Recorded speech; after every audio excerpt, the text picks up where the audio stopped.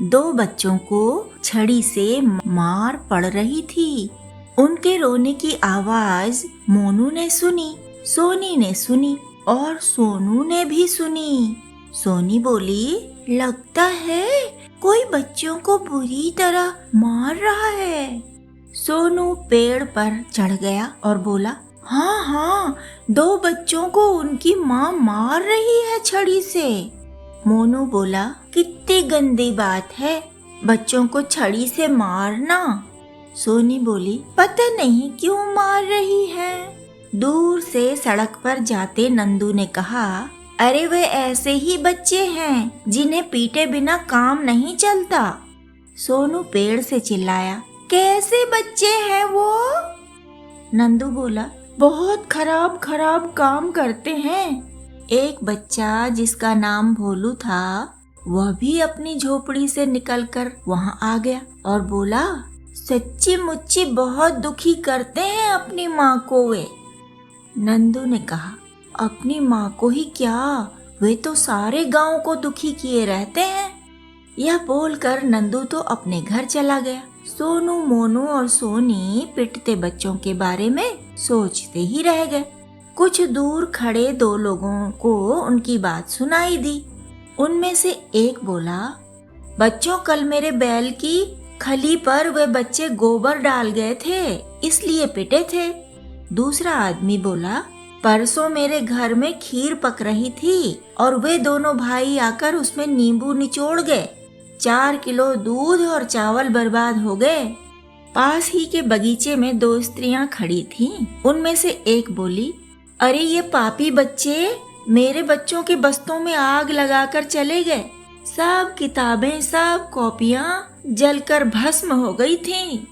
दूसरी ने कहा, एक घर में शादी की तैयारी चल रही थी। इन बिगड़े बच्चों ने वहां जाकर सोने के सिक्के झपट कर उठाए और कुएं में फेंक दिए। 2 औरतें पानी भर रही थीं। उन्होंने शोर मचाया, तब कुएं में आदमी उतरवाया गया, सिक्के निकलवाए गए। इतना झमेला कर गए शादी वाले घर में। पिटेंगे नहीं क्या? 2 बच्चे स्कूल से आ रहे थे। वे बोले, उन बिगड़े बच्चों ने हमारे घर के अचार में कीड़ा डाल दिया था। तब हमारी मम्मी ने उनकी मम्मी से शिकायत की, तब खूब पिटे थे बिगड़े बच्चे। यह कहकर वे दोनों बच्चे तेजी से भाग गए। एक बच्चा खेलता खेलता उधर आया था। उसने उन सब लोगों को बात करते हुए देखा, सुना। वह बोला, हमारी बैलगाड़ी अनाज की बोरी लेकर आ रही थी। उन बिगड़े बच्चों ने चाकू से बोरी को काट दिया।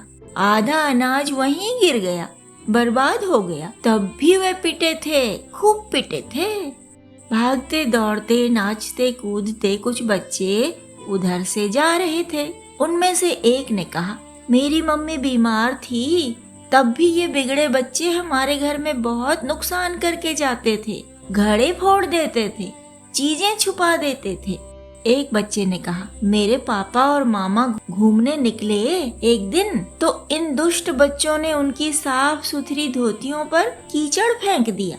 हमने शिकायत की, तब आंटी ने उन्हें छड़ी से पीटा था। एक बच्चे ने कहा, इन गंदे बच्चों के दादाजी खूब बूढ़े हैं, तब भी मजदूरी करने जाते हैं। लोग उन्हें आधा पैसा देते हैं।